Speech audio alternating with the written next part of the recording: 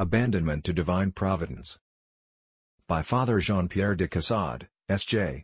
Book 2, On the State of Abandonment. Chapter 2. The Duties of those Souls Called by God to the State of Abandonment. Section 1. Sacrifice, the Foundation of Sanctity.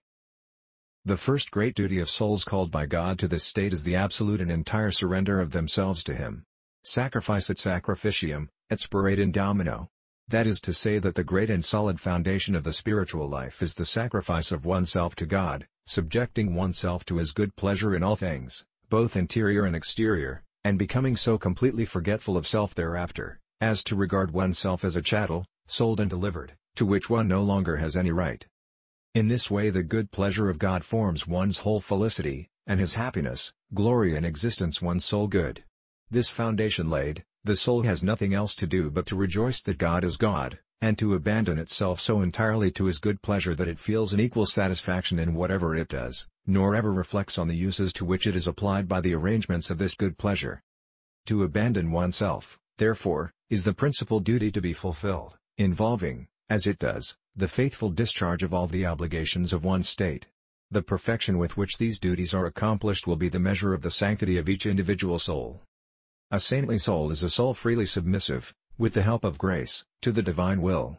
All that follows on this free consent is the work of God, and not of man. The soul should blindly abandon itself and be indifferent about everything. This is all that God requires of it, and as to the rest He determines and chooses according to His own plans, as an architect selects and arranges the stones for the building he is about to construct. It is therefore of the first importance to love God and His will, and to love this will in whatever way it is made manifest to us, without desiring anything else. The soul has no concern in the choice of different objects, that is God's affair, and whatever He gives is best for the soul. The whole of spirituality is an abridgment of this maxim: abandon yourself entirely to the overruling of God, and by self-oblivion be eternally occupied in loving and serving Him without any of those fears, reflections, examen, and anxieties which the affair of our salvation and perfection sometimes occasion. Since God wishes to do all for us, let us place everything in His hands once and for all, leaving them to His infinite wisdom, and trouble no more about anything but what concerns Him. On then, my soul, on with head uplifted above earthly things, always satisfied with God, with everything He does, or makes you do.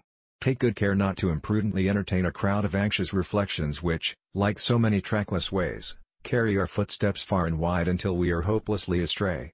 Let us go through that labyrinth of self-love by leaping over it, instead of traversing its interminable windings. On, my soul, through despondency, illness, aridity, uncertain tempers, weakness of disposition, snares of the devil and of men, through suspicions, jealousies, evil imaginations and prejudices. Let us soar like the eagle above all these clouds with eyes always fixed on the sun, and on its ways, which represent our obligations. All this we must needs feel, but we must, at the same time, remember that ours is not a life of mere sentiment, and that it does not depend upon us either to feel, or to be callous. Let us live in the higher regions of the soul in which God and His will form an eternity ever equal, ever the same, ever unchanging.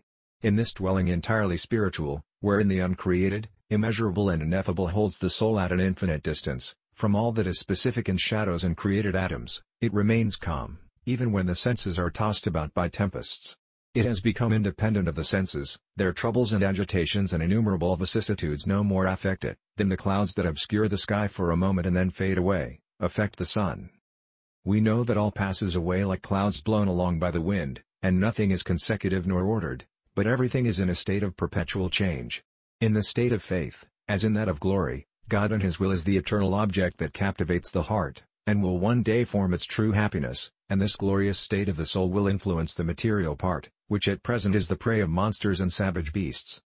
Beneath these appearances, terrible though they be, the divine action will so work on this material part as to make it partake of a heavenly power which will render it brilliant as the sun, for the faculties of the sensitive soul, and those of the body are prepared here below like gold or iron, or like canvas for a picture, or stones for a building. Like the matter of which these different materials are composed, they will not attain their brilliance and purity of form until they have passed through many alterations, have endured many deprivations, and survived many destructions. Whatever they suffer here below under the hand of God serves to that end. The soul, in the state of faith, which knows the secret of God, dwells always in peace. All that takes place interiorly, instead of alarming, reassures it. Deeply convinced that it is guided by God, it takes all that happens as so much grace, and overlooking the instrument with which God works, it thinks only of the work that He is doing. It is actuated by love to fulfill faithfully and exactly all its duties. All that is distinct in a soul abandoned to God, is the work of grace, with the exception of those defects which are slight, and which the action of grace even turns to good account. I call that distinct of which a soul receives a sensible impression either of sorrow or consolation through those things applied to it unceasingly, by the divine will for its improvement. I call it distinct because it is more clearly distinguished by the soul from all else that takes place within it. In all these things faith sees only God, and applies itself solely to become conformed to His will. Next video, Chapter 2, Section 2, The Pains and Consolations of Abandonment. Thanks.